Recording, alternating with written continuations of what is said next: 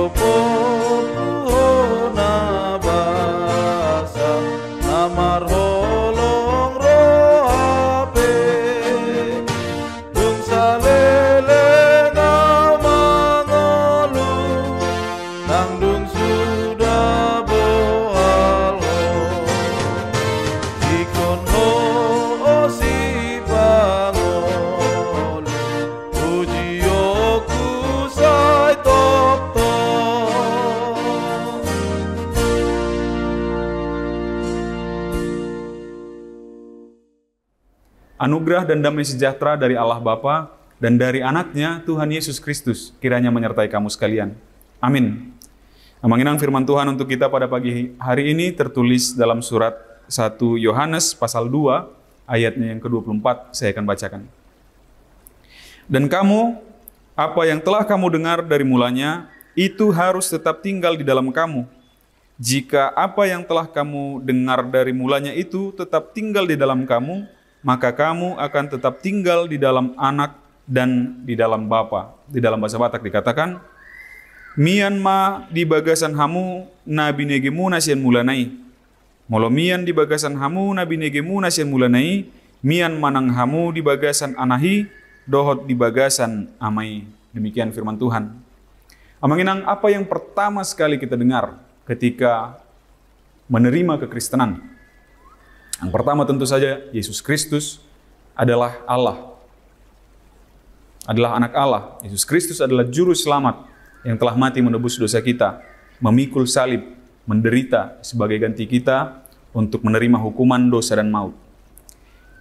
Allah Bapa, Putra, dan Roh Kudus adalah tiga pribadi yang berbeda tetapi tidak bisa dipisahkan.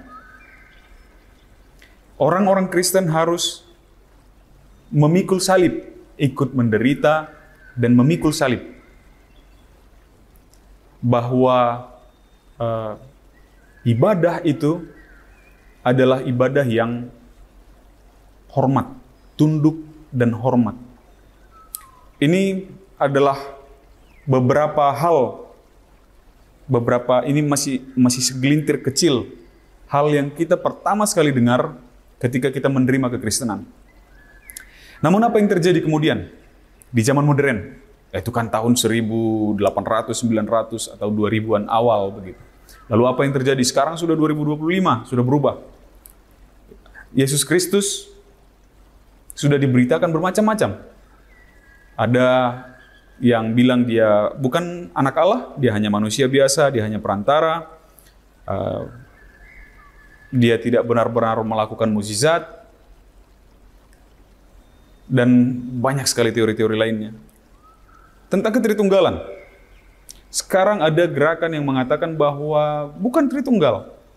Kalau dulu juga sudah ada yang menyangkal ketritunggalan, tapi sekarang muncul lagi yang menyebut diri mereka mengajarkan tentang oneness. Bahwa Allah Bapa yang di perjanjian lama itu yang membebaskan orang Israel dari tanah Mesir adalah pribadi Yesus yang disalib itu. Dan Roh Kudus yang turun di hari Pentakosta adalah Yesus Kristus itu. Jadi semuanya berpusat kepada Yesus Kristus, semuanya adalah Yesus Kristus begitu. Itu kenapa ada orang yang berdoa, ya Yesus Kristus, ya Yesus, ya Tuhan Yesus, kemudian di endingnya di dalam nama Yesus. Mereka berdoa ke Yesus tetapi di dalam Yesus. Itu sudah mengarah kepada ajaran oneness.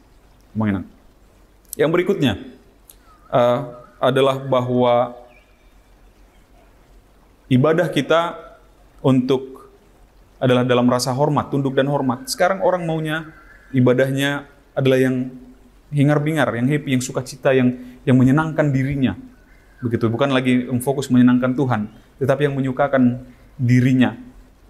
Makanya ibadah banyak yang bagaimana caranya agar orang tertarik datang ke ibadah. Begitu. Jadi dibuatlah ibadah yang menarik, yang entertaining,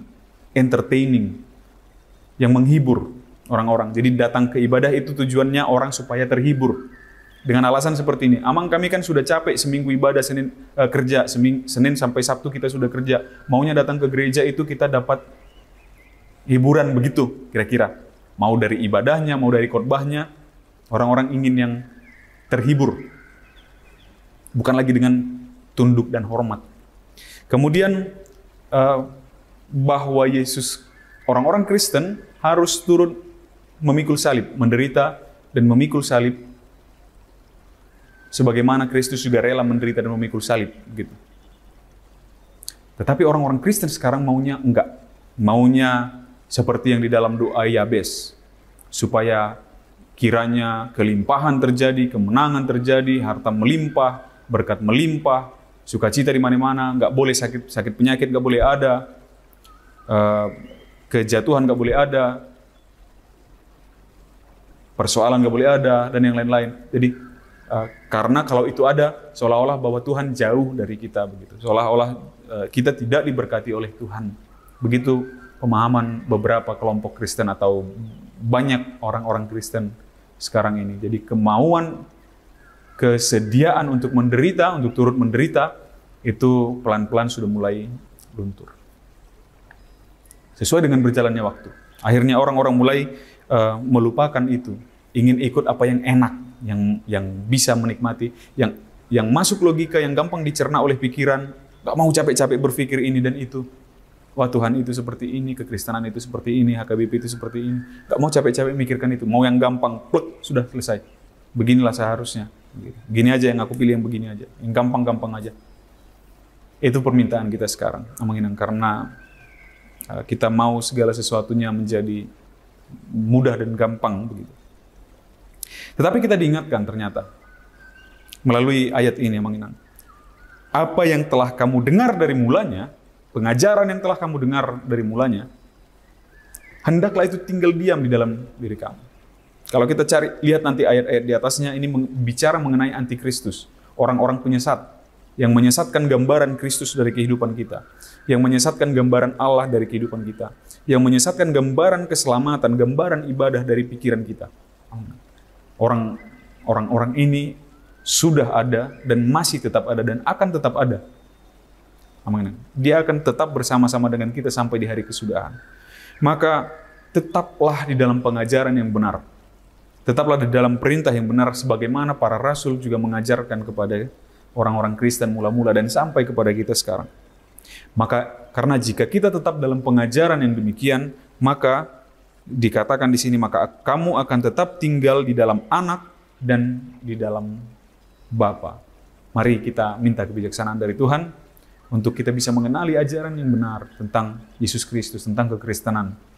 Supaya ibadah kita bukan ibadah yang menyenangkan diri kita, menyenangkan hati kita. Gereja bukan mau kita arahkan supaya sesuai dengan keinginan dan pikiran kita, tetapi biarlah kita yang masuk ke dalam apa yang telah diajarkan oleh para rasul yang sampai juga kepada pengajaran kekristenan sampai saat ini juga. Maka kita akan tetap tinggal diam di dalam Anak, di dalam Yesus Kristus, dan di dalam Bapa. Amin. Kita bersatu dalam doa. Terpujilah Engkau ya Allah Bapa atas penyertaan-Mu kepada kami hingga pada saat hari ini. Terima kasih atas firman-Mu ya Bapa yang mengingatkan kami kembali akan pengajaran-pengajaran mula-mula yang telah kami dengarkan dari para rasul dan juga dari para pengkhotbah yang kami dengarkan pengajarannya. Jangan biarkan kiranya ya Bapa, si iblis yang jahat itu, para penyesat-penyesat antikristus itu merusak iman kami, kepercayaan kami dengan menawarkan segala hal yang instan, menawarkan segala hal yang gampang, menawarkan segala kemudahan-kemudahan, namun mengaburkan pikiran kami, pengharapan kami, pengimanan kami terhadap Engkau, dan keselamatan yang telah dibawa Anak-Mu Tuhan kami, Yesus Kristus. Berikan kiranya Roh Kudus-Mu ya Bapa kepada kami, agar kami mampu memilih dan memilah setiap ajaran yang diajarkan oleh para pengajar, Biarlah ya Bapa kami mampu mengenal Engkau melalui setiap pengajaran-pengajaran yang kami dengarkan. Jauhkan kuasa-kuasa kegelapan, kejahatan itu yang hendak menjauhkan kami daripada-Mu. Berkati kiranya sepanjang hari ini segala aktivitas pekerjaan dan perjalanan kami ya Bapa, biarlah dapat berjalan dengan damai sejahtera dan penuh sukacita. Di dalam nama anak-Mu Yesus Kristus kami berdoa dan mengucap syukur. Amin. Demikian renungan pagi kita untuk hari ini, Mang Inang. Sampai jumpa di hari esok. Selamat beraktivitas, Tuhan memberkati. Horas.